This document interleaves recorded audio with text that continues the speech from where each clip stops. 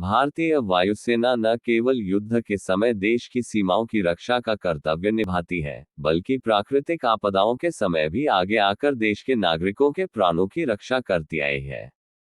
Indian air force आधिकारिक तौर पर ब्रिटिश साम्राज्य द्वारा 8 अक्टूबर 1932 को स्थापित की गई थी। भारतीय वायुसेना 3 भारतीय सशस्त्र बलों हवाई शाखा है।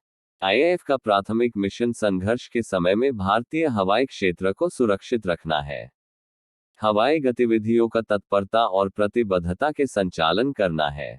ब्रिटिश शासनकाल में वायुसेना ने पहली एसी उड़ान 1 अप्रैल 1933 को भरी थी। उस समय वायुसेना को रॉयल इंडियन एयरफोर्स कहा जाता था। देश आजाद होने के बाद 1950 में भारत सरकार द्वारा इसका नाम रॉयल इंडियन एयरफोर्स से बदलकर भारतीय वायुसेना कर दिया गया। इसलिए हर साल 8 अक्टूबर को वायुसेना दिवस के रूप में मनाया जाता है। आइए भारतीय वायुसेना के बारे में कुछ और जानकारी हासिल करते हैं। आजादी से पहले वायुसेना को रॉयल इंडियन एयरफोर्स के नाम से जाना जाता था। उस समय एयरफोर्स पर आर्मी का कंट्रोल होता था। एयरफोर्स को आर्मी से अलग करने के श्रेय air marshal sir Thomas W Amherst को जाता है। सर थॉमस डब्ल्यू एमहर्स्ट भारतीय वायुसेना के पहले चीफ एयर मार्शल थे। आजादी के बाद से ही भारतीय वायुसेना पड़ोसी मुल्क पाकिस्तान के साथ 4 युद्धों व चीन के साथ एक युद्ध में अपना योगदान दे चुकी है।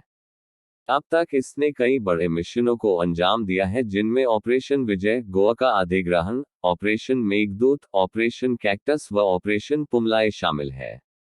कारगिल में भारतीय वायुसेना के योगदान को अनदेखा नहीं किया जा सकता। ऐसे कई अभियानों के अलावा भारतीय वायुसेना संयुक्त राष्ट्र के शांति मिशन का भी सक्रिय हिस्सा रही है। भारत के राष्ट्रपति भारतीय वायुसेना के कमांडर इन चीफ के रूप में कार्य करते हैं।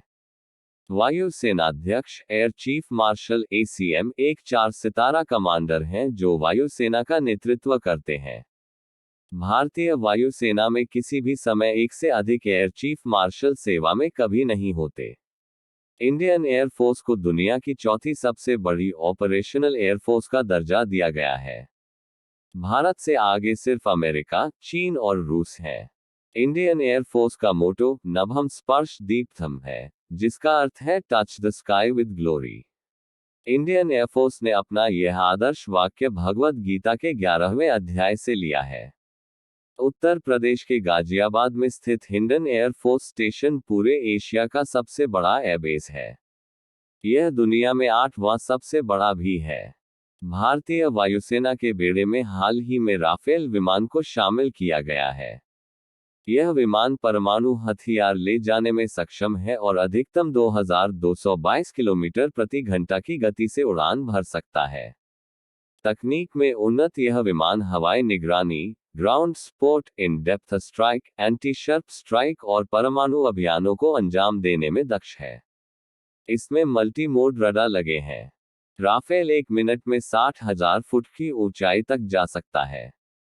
150 किलोमीटर की दूरी तक इससे दागी जाने वाली मिसाइल दुश्मन की नजर में जल्दी से नहीं आती। साथ ही यह हवा से जमीन पर मार करने में भी सक्षम है। इसके अलावा भारतीय वायुसेना के बेड़े में मिग, मिराज 2000, सुखोई 30 और जैगुआर जैसे विमान भी शामिल हैं। हमें भारतीय वायुसेना पर गर्व है।